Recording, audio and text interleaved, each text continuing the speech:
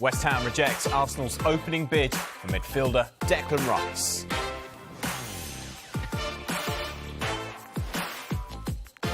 Good evening and welcome to the Transfer Show, as Arsenal's first move for Declan Rice is immediately rebuffed by West Ham. Yeah, details on the way from that one. Plus, we have news on James Madison, Nicolo Barella as well. And with Harry Kane out of the picture, for now at least, we look at where Manchester United can turn to find a new number 9. And we hear from the most expensive English footballer of all time, as Jude Bellingham is presented as a Real Madrid player. But could he be joined by some more high-profile signings? As far as the Harry Kane rumours, I can't comment on that. He's a world-class player, he's my captain for the national team, and I love him as a player and as a person, and whatever happens there happens. Would I like to play with a player like Kylian Mbappe? Who wouldn't? I'm sure Gareth Southgate will be asked about that transfer. He faces the media this hour ahead of England's game in Malta tomorrow night. We're going to be hearing from the England manager shortly.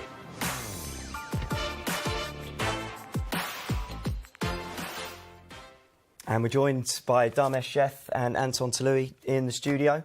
Where to start? It's got to be Declan Rice today, and probably for the next 2 or 3 weeks. This doesn't feel like a quick transfer, but we know that he's leaving West Ham. They've said as much. But today, the first bid has been rebuffed. Yeah, it has, hasn't it, Dharmesh? It has, very much so. Sorry, it's over to me. Good intro from Anton. Yeah, it was. Thanks, Anton. Confusing the two bald guys. I like it. Just a little pop pass. Yeah. There we go, we're in. Yeah, look, the bid's got in from Arsenal to West Ham United. The bid has been rejected. We understand that bid was worth £80 million plus add-ons. That would represent a club record fee for Arsenal. Let's not forget that, because their record signing is still Nicolas Pepe from back in 2019, when they paid £72 million to Lille for Pepe. It's been rejected. There's no surprise it's been rejected. We were reporting from the outset that even though Arsenal were really interested and West Ham's valuation was well over £100 million, we knew that there was a gap in that valuation. Very, rare that a first bid from a club is immediately accepted by a selling club.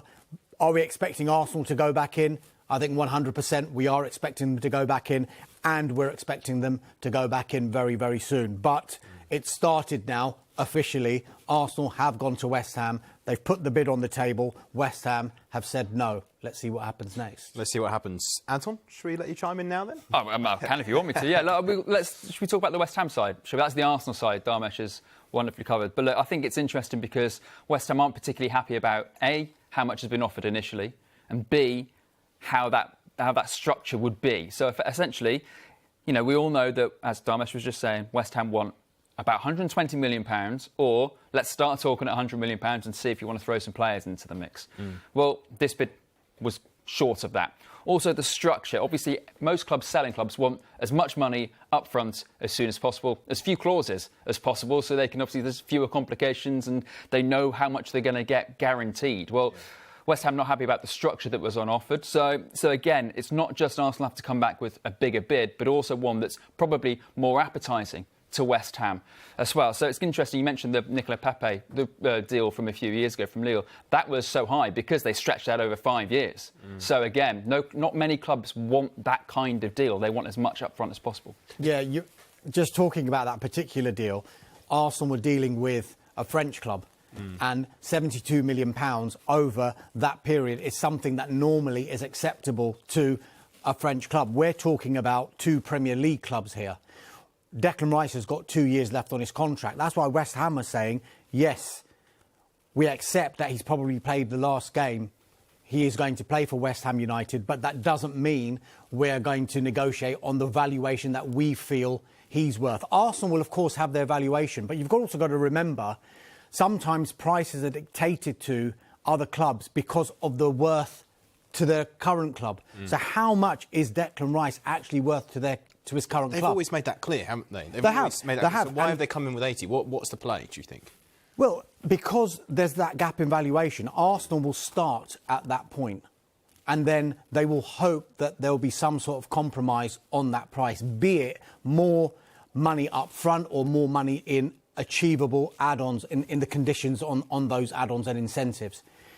there is another issue that Arsenal might face here, because it's our understanding now that in the background, another club is lurking with regard to Declan Rice. That club happens to be the champions, the treble winners, Manchester City. We know that they are interested. And I was told today the following: City are keeping an eye on Rice's situation, but nothing more substantive than that as yet. What's the player's situation with this? Because my understanding from the outside is that Declan Rice is quite keen on a move to Arsenal. Well, but nobody can say no to Manchester City. Well, this is the situation that Arsenal will hope will transpire, because they will have a certain valuation for the player. Now, if you imagine, West Ham United will be loving the fact that Manchester City are keeping an eye on this situation, because they can now have almost a bidding war for Declan Rice. They will say to Arsenal, yes, if he does want to go to you and no one else is interested, there might have to be some sort of compromise here. But if another club does come in, and a club as big as Manchester City, then what will that do to the price, and what will that do to Arsenal's approach to what is effectively their primary target? Now, we're saying that City are keeping an eye on their situation. That's as far as it's going at the moment. And that's because it's all against the backdrop of their current midfield. And we know there's a situation there with their captain, İlkay Gündoğan. He's out of contract in a matter of weeks. He's just won the treble. Manchester City's manager, Pep Guardiola, after the FA Cup final victory, I was in that news conference after Gündoğan had effectively won the FA Cup final for them. What's his future? Have you tried personally, and do you have any say personally to try and make him stay? He says, look, we're neighbours. I speak to him all the time. He knows what I want. He knows I want him to stay. But you just wonder, after 7 years at Manchester City, it was Pep Guardiola's first signing. He's just done the treble as captain. Is it going to get better for İlkay Gündoğan at Manchester City? And has he arrived at that stage of his career where he thinks maybe a new challenge, maybe be it at Arsenal, because Arsenal are interested, or maybe abroad again, and maybe try out La Liga potentially, and other countries who can afford big money and maybe bigger contracts for a player that is in his 30s. So I just think Manchester City are keeping an eye on Rice's situation, but know that there's a situation going on currently at their club with their captain. OK, let's say the money gets too high for Arsenal, or he chooses to go to Manchester City. It frees up at least £80 million for Arsenal to spend. Any suspicion of where they will go next, do you think, if they had to? Look, I think the focus is totally on Declan Rice, simply because they've gone out to West Ham United and made what would have been a club record bid for Declan Rice. If you go back to January, they were interested in Declan Rice, but West Ham United were never, ever going to contemplate a sale in January. Declan Rice is the captain of West Ham United. At that time, they were deep in a relegation battle, and they were also involved in Europa Conference League football. Both of those avenues ended positively for West Ham United. They stayed up and they ended up winning the Conference League. Would they have done that had Declan Rice not been there? So they decided, no, that's not going to happen now. But Arsenal's interest has been maintained until then. At the same time, Arsenal were pursuing Moises Caicedo from Brighton. Now, they went even further than they did with Rice in January. They made 2 bids for the Brighton midfielder, the latest of which was £60 million plus add-ons. Now, at the same time, Chelsea were also expressing an interest, not as deep as Arsenal's, because there was no real official bids, but they were making it known that they were interested in the player. That interest has remained. And I'm told now that internal discussions are continuing at Chelsea about what their next step is going to be with regard to Moises Caicedo, ahead of what we expect to be a formal approach to Brighton. There's a growing feeling that Chelsea will go in with a bid for Moises Caicedo, and it's expected that it's going to take much more than the 60 million plus the add-ons that Arsenal bid to prize him away from Brighton this time. Brighton made a real calculated risk, a calculated gamble back in January. They could have taken close to £70 million from Arsenal in January, but they decided, no, we're going for a high place finish in the Premier League. We're trying to get European football. We're still in the FA Cup. They went deep into that. They qualified for European football for next season as well, with Caicedo in the team, and they expected Caicedo to play really well, which he did. They rewarded him with a new contract, but they also thought at the time there was only one club making a bid, and that was Arsenal. Come the summer, they would have expected more clubs to have been interested in Moises Caicedo, and it looks like that calculated gamble has paid off. OK, so two Arsenal targets potentially rivalled by fellow Premier League clubs then. News on James Madison shortly, but before that, Jude Bellingham has said it is the proudest day of his life to have joined Real Madrid. Yes, the 19-year-old has been unveiled as a Real Madrid player today after signing a 6-year deal from Borussia Dortmund. That deal will eventually be worth up to £115 million. The reason why I said it's the proudest day of my life is, like I said in the speech, is because it's the greatest football club in the history of the game, and not many players get the opportunity to play at such a brilliant club. It wasn't a case of the other teams are bad or they weren't good. It's just that, for me, Madrid is the greatest. I've said in many interviews how much I admire Zinedine Zidane, the legacy he has in the club, and with this number, I'm not trying to be the same as him. I'm just trying to be Jude, but it's definitely a bit of homage to how great he was. And as far as the Harry Kane rumours, I can't comment on that. He's a world-class player. He's my captain for the national team, and I love him as a player and as a person. And whatever happens there happens. I'm trying to build my own opinion from what I know. But in all honesty, he's a great player. Whatever he chooses to do, all the best to him. Would I like to play with a player like Kylian Mbappe? Who wouldn't? Absolutely. Anton, I think it tells you everything you need to know about the 19-year-old that he's taken the number 5 shirt there at Real Madrid. The confidence level's supreme. Absolutely, and I love the fact that he's, saying, look, I'm paying homage. So, respecting the history, but also, a little bit of a nod. It's like, I'm coming as a star.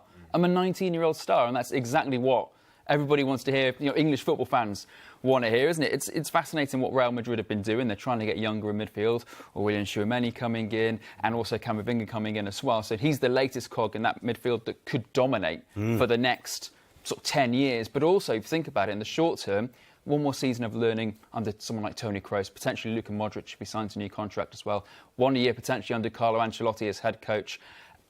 Playing for one of the biggest clubs in the world, potentially going deeper into the Champions League. All right, we don't see him for a while in the Premier League, but it's a massive benefit to England going forward, right, for Jude Bellingham. And, like we said, he's a star.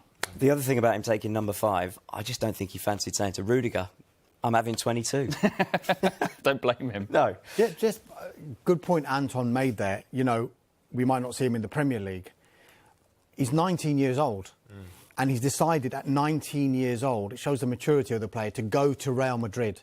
New country, new league, new language. And you just, sometimes big players have a pathway for their career. And it always seems that at their absolute pomp, when you get to your mid-20s, 26, 27, that's when the move to Real Madrid or Barcelona or one of the, the La Liga giants happens. This time, he's gone from Birmingham, Borussia Dortmund, and at 19, Real Madrid. I just wonder whether we will see him in the Premier League or not. Because if he is a success at Real Madrid, where's the step? Is it a step up from Real Madrid? Because he's actually said himself in that news conference, it's the biggest club in the world. So where does he go from there? I guess it would be a new challenge more than anything else, as opposed to a step up or down. Adrian Darmesh, getting him in a move already, are you? Is that what you're No. Yeah, let's see how he gets on at Madrid first, Darmesh. Let's talk about another couple of midfielders, though. James Madison. What's going on with this one? It's an interesting one. Obviously, Leicester dropping down to the Championship. We know there's been a lot of interest in Madison for a while, and big money previously for him. Can they demand that same sort of money, do you think, now? I think they want to demand that kind of money. It's not going to help them that they're in the Championship, because buying clubs will realise that maybe Leicester City might need to sell, particularly because Madison's only got a year left on his contract. It's clear, as clear as you can be, that he's not going to be playing in the Championship with Leicester City. He will probably get the move that he does want.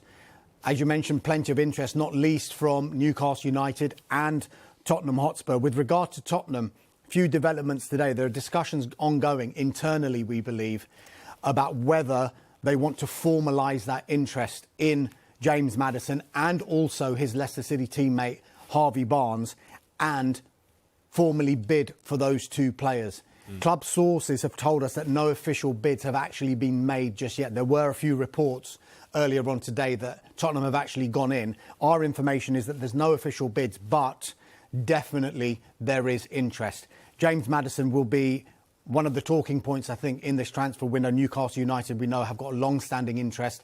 They've had bids rejected in the past. Expect them to go back in as well. James Madison will then have a choice to make. If both of these clubs do go for him, you've got Newcastle United, who've got Champions League football, remember, or go to Tottenham Hotspur and, you know, be part of Ange Postecoglou's revolution at Tottenham, trying to make them a great side again and try and get them qualified into Europe again. So he won't have shortage of offers. It'll be a big decision to make for him. Yeah, certainly will. And actually, this is the issue with players like James Madison and others, where they have a choice of maybe Newcastle or a Chelsea or a Tottenham, is, am I signing up to a project that in 2 or 3 years will be back where I want to be? I'm happy to dip down for a year or two. Or do you go to a finished product? Not quite finished, but Newcastle are well on their way, aren't they? Well, I think it's not just that as well. It's the conversations you're going to have with the head coach and the hierarchy. It's, where do I fit in? Am I going to be a star? Am I going to be a guaranteed starter? Am I going to be the guy you build your midfield or your attacking sort of prowess around? Or am I going to have to come in and go, actually, now I'm going for a club that's potentially playing in Europe or in the Champions League? Where do I fit in? Because we've all talked about for a while, haven't we, how good James Madison is and how cusp of international breakthroughs and that kind of thing. I'm sure the next move he wants is to show at a big club what he can do week in, week out on the biggest stage of all. Well, if he's sitting on the bench or if he's got lots of players playing for the same position, he might not be able to show that. So I think it's about a project, definitely, but also just having the right place to showcase his talent at that next level. Someone that could rival him, if he was to move to Newcastle, potentially, Nicolo Barella. Oh, I can talk about Nicolo Barella all day if you really want me to. You've got a couple of minutes. Fantastic player at Inter. And it's interesting, we reported last night that Newcastle have tried to start talks with Inter about a £50 million move for Barella, who was excellent, obviously, in their run to the Champions League final. Excellent in their Euro success for Italy. But it's quite cheap, doesn't it? Well, that's the interesting thing. The noises come out of Inter today, especially if you speak to our colleagues at Sky in Italy and sort of read the Italian press today, is, you think £50 million is going to do this deal? Absolutely not. Some people saying he's unsellable because he's that important to the club. Others saying you're looking at more like 80, 90 million euros. So, 70, 80 million pounds, because he is that important to them, and that's where they want to go. Plus, they're going to lose a couple of key players this summer anyway, in terms of probably Romelu Lukaku will leave the club, and obviously losing Milan Skriniar as well. So that leaves wage bill sort of at least there at the club, so they've got a little bit more budgetary room. So they're not in a position where they need to sell. I mean, they've been in this position where they've needed to sell some senior players for a while in terms of their investment structure and that kind of thing. But at the same time, he's too important for them to be seen to sell on the cheap. He's loved by the fans. He's loved by the head coach Inzaghi as well. So £50 million at this stage would be very surprising if that deal gets done for that much. OK, we'll stop you there, Anton. I know you can go all day on it. Coming up next, the latest on Manchester United's search for a striker and why they could miss out on one of their defensive targets. Stay with us. Discrimination. Let's kick it out.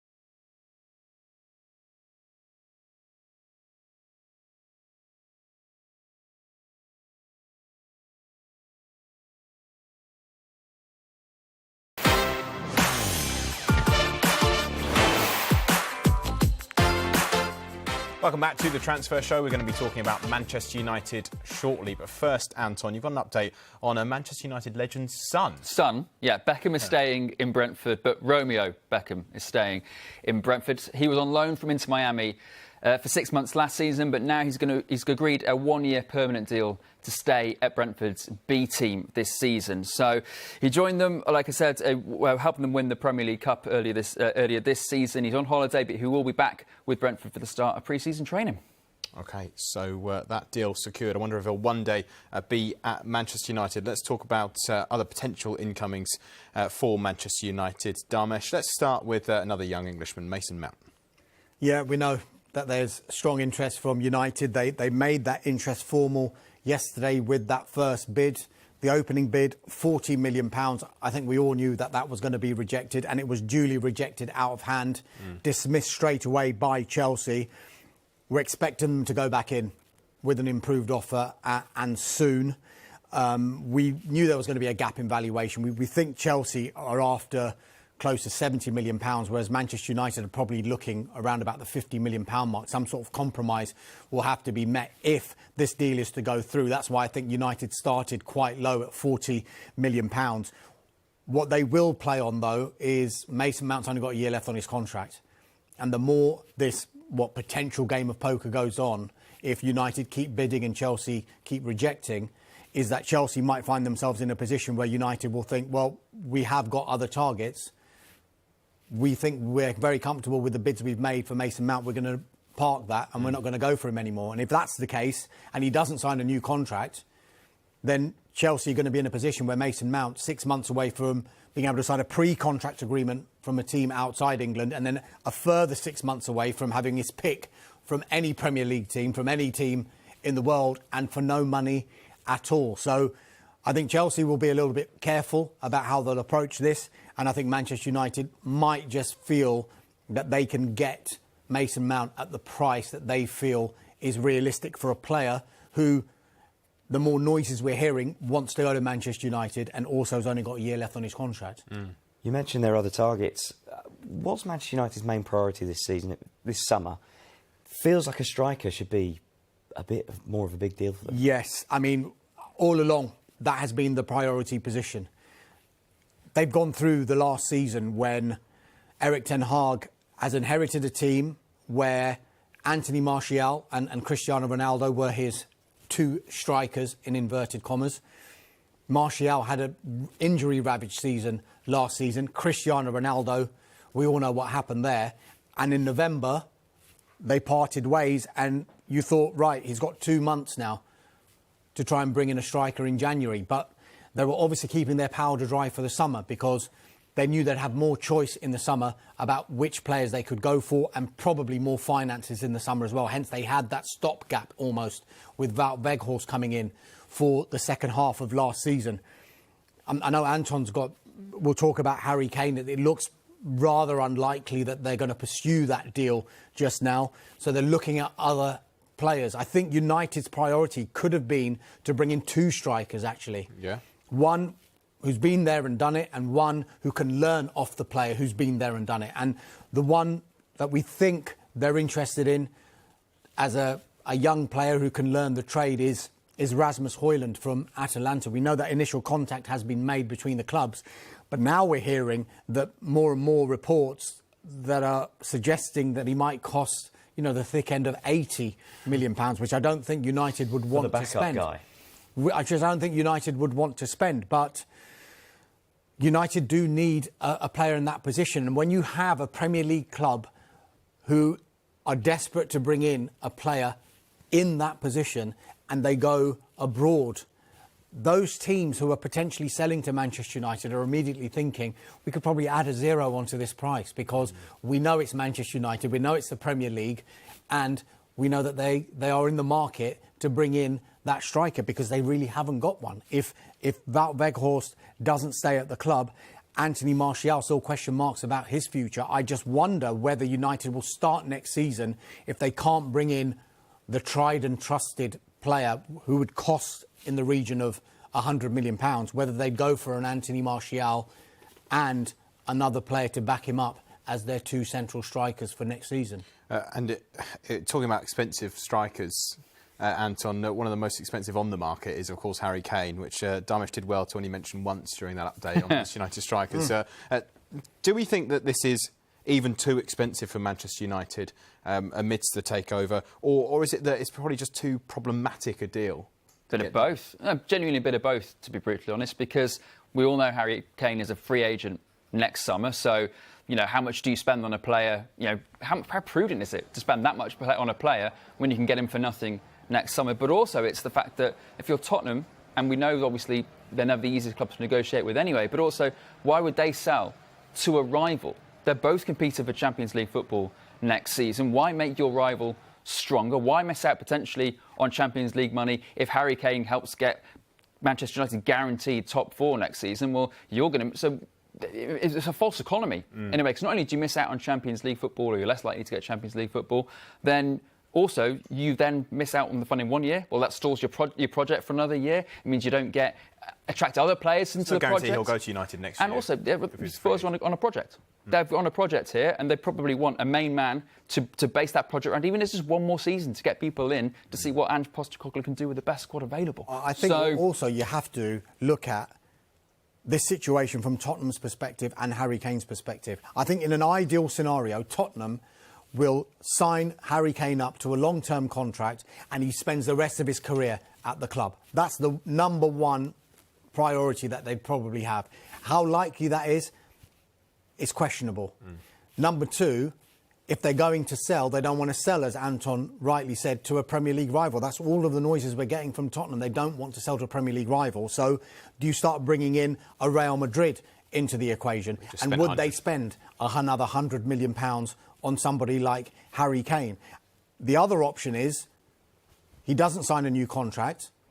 He stays for the rest of his contract and then he goes for free. But then you've got that situation where Tottenham maybe can use that season to try and continue to convince Harry Kane, this is the project we've got. Look how well Ange Postecoglou is doing, if he indeed does do well. The other situation is Harry Kane's perspective. You've got to ask him the question, how important is this Premier League goal-scoring record to him? He's on 213, 47 behind Alan Shearer. I think he's got that close, he'd want to beat it. So would he want to go to Real Madrid? Or could he still go to Real Madrid potentially? Tottenham get their £100 million and then come back to the Premier League after 3 seasons and still break the record. And then there's the issue of trophies. This is a lot of scenario stuff. Yeah. But then there is the issue of trophies, which is always talked about with Tottenham, though, isn't it? And I'm sure the ideal scenario for Harry Kane would be to break the Premier League goal-scoring record and win trophies at Tottenham, because he loves Tottenham. He's got so much respect for Tottenham. Is it going to happen? Again, questionable. Talk about United and number 9s and their question. United's first pre-season, the majority of their squad, the players they want to base their team around, in from day one of pre-season training. The fact of the matter is that, United don't want this to drag on and drag on. They want a top striker to plug in and play from the start of pre-season, get through, get everyone used to that system, and then bang, push on for potential title push. The longer this goes on, the worse it is for Erik ten Hag, who's trying to have a fantastic second season at the club. So if not Kane, maybe Osimhen from Napoli, and he's not the only player at Napoli that Manchester United might have an interest in. No, we know, we previously reported that Kim Min-jae, the Napoli centre-back, is a player that they're very much interested in. The problem is that Bayern Munich are also very much interested in him as well. They, according to our team in Germany, pretty much at the front of the queue to sign him. Now, if you do the sort of, the maths there, well, Napoli will be in a much stronger position to keep Victor Osimhen, a player they have absolutely no desire to sell anyway. If he's available, Victor Osimhen, most of the top clubs in Europe will be sniffing around him. But he's not at the moment, and this solidifies his stay in the south of Italy, because at the moment, no chance. If Napoli have that money in the back pocket, they're not going to then go and sell Victor Osimhen. They want to win the Scudetto again. They want to make a big push in the Champions League. Well, they do that with a star striker. They don't want to be in a position, like Manchester United, scrambling around for another number 9 as the window gets later. It's mad to think they won Serie A, and all of a sudden everyone thinks, well, we'll just take the best. Exactly, yeah. Darmesh, radio silence on David De Gea's situation. What should we read into that? This is an interesting one, because when we look at the priority signings for Manchester United, we've talked about striker, we've talked about a midfielder.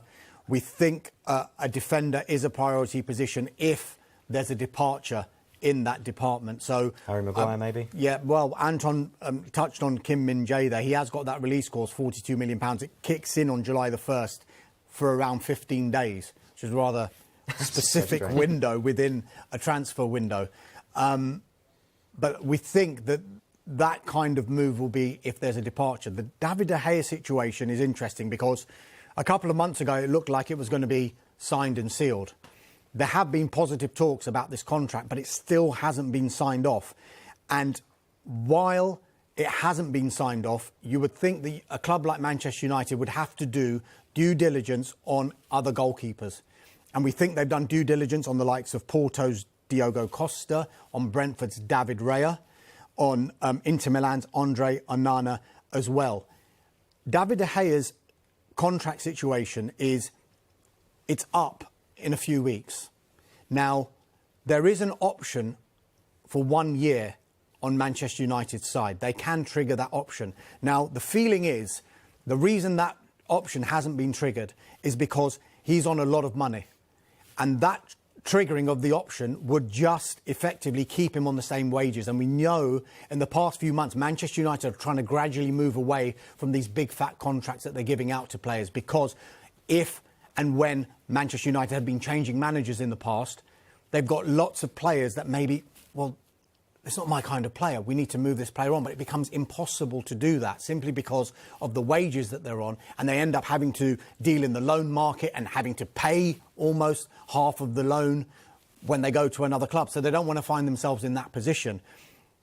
If David De Gea stays, though, and Erik ten Hag has been public about his praise, whenever he's asked the question, particularly after the FA Cup final when he was heavily criticised, all he would say is, he had the most clean sheets in the Premier League. He is a capable goalkeeper. Accentuate the positives. Exactly. Not the howlers. Exactly. He's a very capable goalkeeper, and we want him to stay.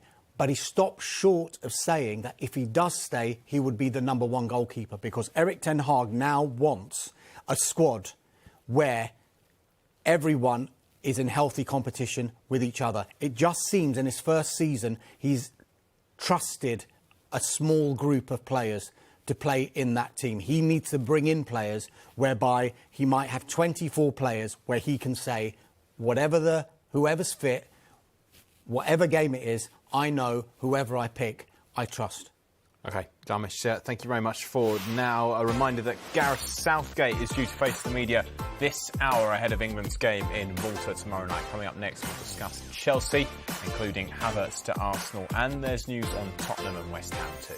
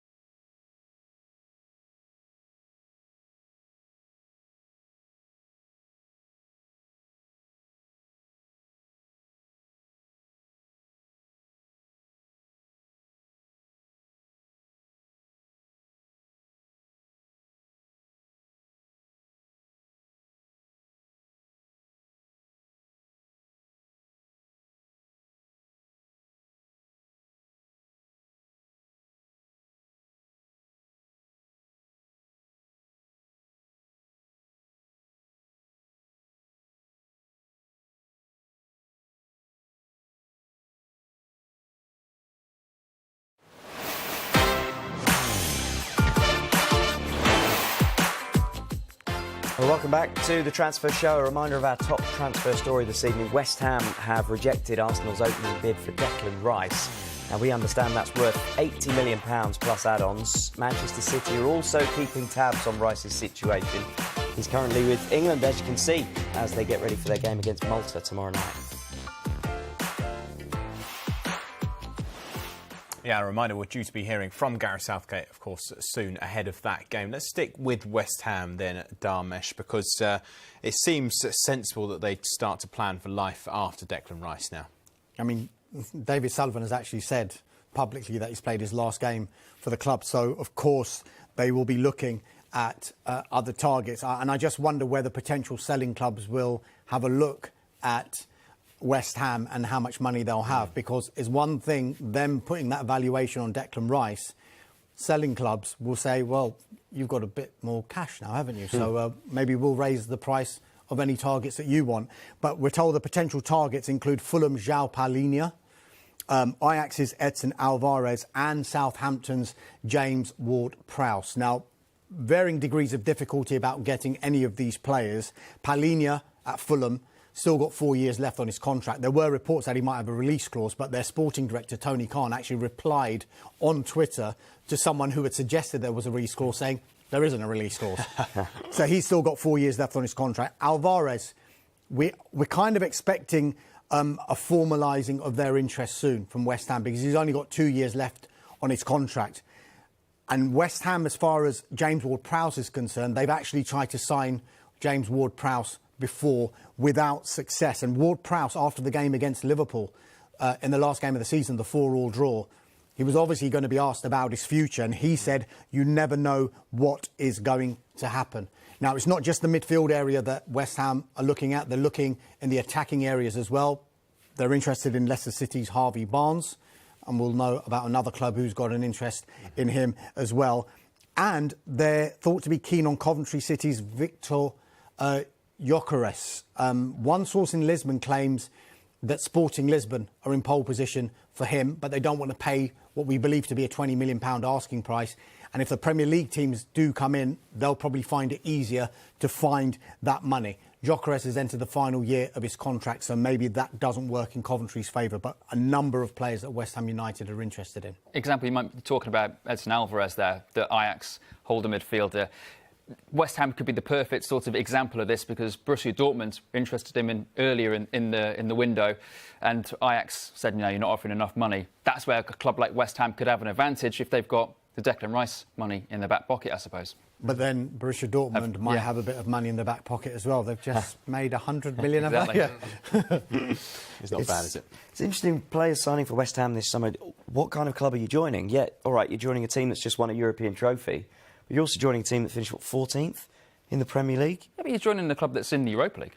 They're not even in the Conference League anymore. I mean, look, season goes incredibly well. They're in the Champions League because they won the Europa League. The Sevilla route, as it probably should be known as. So, look, they're signing a club with European football, decent level of European football. So, regardless of sort of, transitional period for West Ham as they try to figure out, it's an opportunity of, look, you come in and you could be the star for West Ham now. You could be the guy because you're replacing the guy, and you can take into a level of European football and success they haven't achieved for a long time. You've got to remember what David Moyes said as well. Last summer, they spent a record amount of money on a whole host of players, and David Moyes was really quick to point out this is going to take a little bit of time for everyone to bed in. Now, we know football fans are not patient, and, there was a time where some of the fans were calling for David Moyes to resign as the West Ham United manager, but as the second half of the season went on and that cup run continued and they started getting results in the Premier League, you started seeing certain players who maybe needed a little bit of time to settle in, the likes of Lucas Paqueta,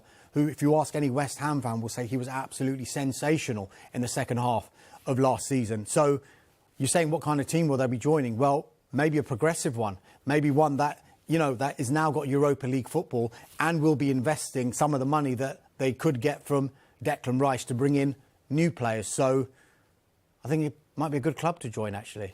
Yeah, no doubt. Well, we talk about European success with West Ham. Kai Havertz won the biggest one, didn't he, with Chelsea just a couple of years ago? But he finds himself in a strange situation this summer, in that seems sought after, but no one seems to know exactly what position he slots into. Is he an out-and-out striker? Is he a 9.5? Is he a 10? And Arsenal, one of these clubs potentially linked with him, is that exactly what they need? Well, evidently yes, because Mikel Arteta has made him one of their primary targets. We know that Arsenal are in contact with Chelsea over Kai Havertz. Indications are that Arsenal are really going to push for this deal, because the noises we're hearing now is that they are getting encouragement that a deal can be struck. Not so much from Chelsea, from which side? But maybe from the players' camp. Just a little bit of a clue that maybe Kai Havertz is open to a move from Chelsea to Arsenal. We talked about Mason Mount before. He's only got a year left on his contract. It's not that much better as far as Chelsea are concerned with Kai Havertz. He's only got 2 years left. I wonder what that will do to the valuation. I'm sure Chelsea will try and recoup as much of the £75 million they paid to buy Leverkusen a couple of years ago. I don't think Arsenal want to pay that much, but maybe a compromise can be found with that one. So definitely one to watch, because Arsenal, I think, will be pushing for Kai Havertz.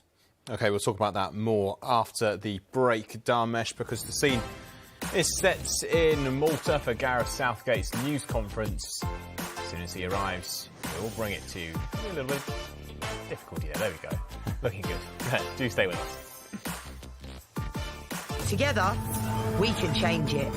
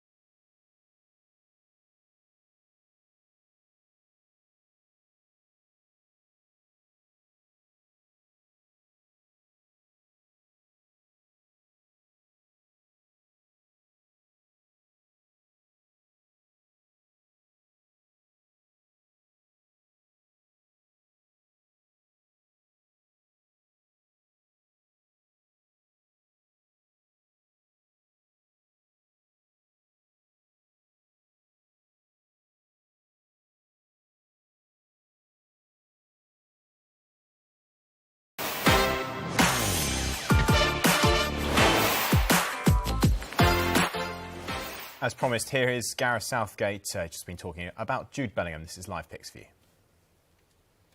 Day for him and his family, first and foremost, and brilliant opportunity for him. It's about what happens next, but he should enjoy and will have enjoyed today, I'm sure.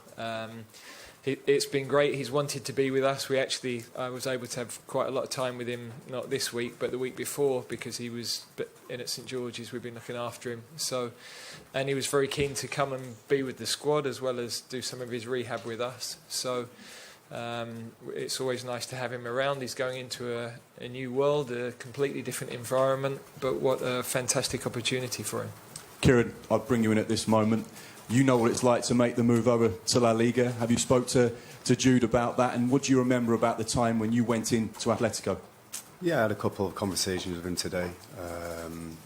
I just said to him, go and embrace it, the lifestyle, the football, the league. For his family, it'll be an amazing opportunity for him, and to play for one of the biggest clubs in the world at such a young age.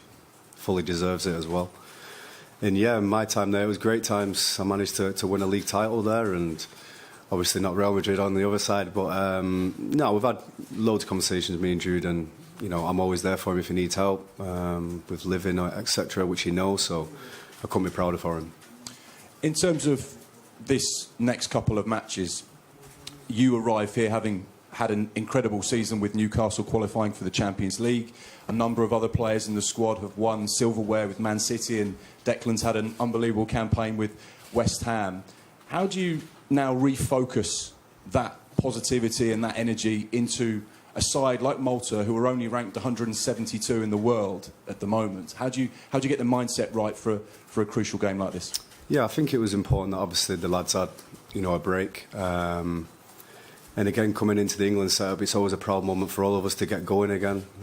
Like you said, it's been a long season, but for us players, there's nothing better, more proud to represent our country. We know what the goal is, to try and reach the Euros.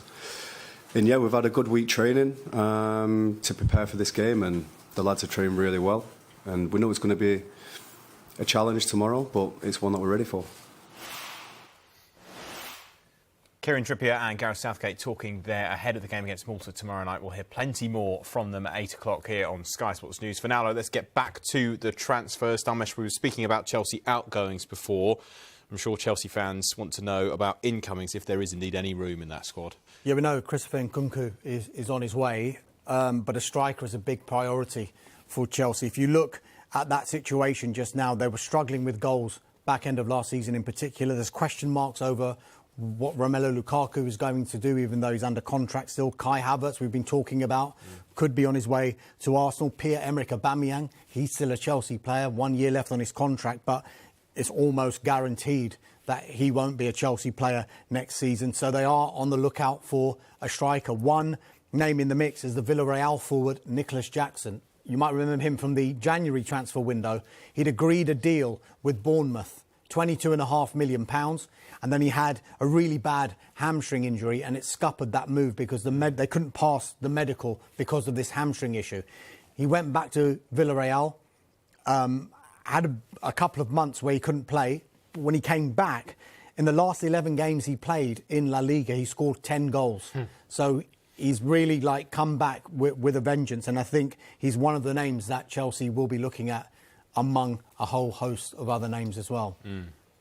Loads of players you would think putting their hand up, maybe just saying pick me, because they couldn't get in the squad last season. Chelsea got so many players. Anton, running short on time, but a couple of other lines to talk about, including a big signing at Rangers today. Big signing at Rangers. Spent £3 million on a new striker. That striker is Sam Lammers, who joins from Atalanta. He spent half of last season on loan at Sampdoria as well, so comes from Serie A, comes from pedigree, former Eintracht Frankfurt striker as well. So big expectations of him going into the season. Tottenham as well have also seen a couple of players leaving the club. Announced today that Arnaud Danjuma and Clement Lenglet, who are both on loan from Villarreal and Barcelona respectively, their loan spells have come to an end, and we understand that Danjuma is likely to leave Villarreal this summer as well, with interest from the Premier League and Serie A. WSL news as well, Anton? Yeah, I think we're getting close for Alessia Russo's future to be sorted. Now, the intention was always for her to be sorted before England go into camp after the World Cup. That's on Monday. So we're getting really close to her future being sorted out. The two interested clubs, obviously, Manchester United want to keep her. Arsenal really, really want her. Deals are very close in terms of what they've been offering each side. We're very close to a finalisation of this. OK, Anton, thank you very much. Dharmesh, as ever, thank you very much as well for all of the latest on the transfers there. Next up here on Sky Sports News, myself and Chris will keep you right up to date with day one of the US Open. As a look, Ricky Fowler leads the way at the moment. Plus, Spain are 1-0 up against Italy in the Nations League semi-finals, and we'll be building up to day one of the Ashes tomorrow as well. Stay with us.